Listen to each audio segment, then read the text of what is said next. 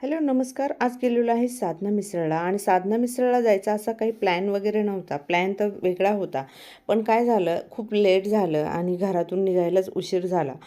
यश गेलेला होता ट्युशनला, त्याच्यावरून तो आला आणि नंतर उशीर झालेला. तर मग चला आता काही का असेना पण पोहोचलो, हे याला महत्त्व आहे. आणि बघा साधना मिसळला एवढी गर्दी, वेटिंगमध्ये तर आम्हाला 1 तास सांगितलेलं होतं की वेटिंगमध्ये तुम्हाला थांबावं लागेल म्हणून.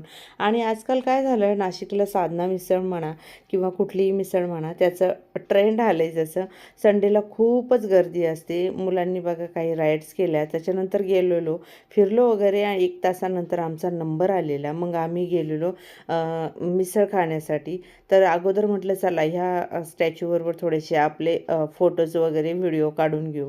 तर मग ते केलेलं आणि त्याच्यानंतर आलेली साधनाची मिसळ, चुलीवरची झणझणीत ती पण, आणि खूप टेस्टी होती. आवडली मला. ॲक्च्युली मला मिसळ हा प्रकार एवढा आवडत नाही, पण आज मला खूप मिसळ आवडली. आणि पाव पाव तर सांगाल ना तुम्ही, खूप जम्बो पाव होते आणि खूप मोठे होते आणि मस्त त्याच्यावर पापड, कांदा, लिंबू आणि वाह, त्याची काही चवच वेगळी. आणि शेव, दही आणि आम्ही त्याच्यासोबत मागवलेली होती जिलेबी.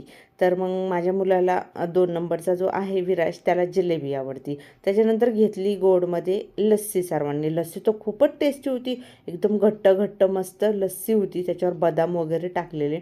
आणि हात वगैरे धुवून आलेलो आणि आता चला निघालेलो आहे आम्ही साधना मिसळ मस्त एन्जॉय करून. तर रस्त्यात लागलं सोमेश्वर. सोमेश्वरला म्हटलं चला आता उभ्या उभ्या तर सोमेश्वरला जाणं जमतंयच.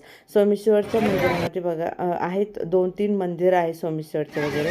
आणि मग त्याच्यानंतर मुलांनी थोडेसे राईड्स केले, थोडेसे खेळले. आणि मग आता मुलांनी जर राईड नाही केले तर मग कसं होणार, त्याच्यामुळे मुलांना राईड करावंच लागणार, म्हणजे त्यांना पण जरा फिरल्यासारखं वाटणार.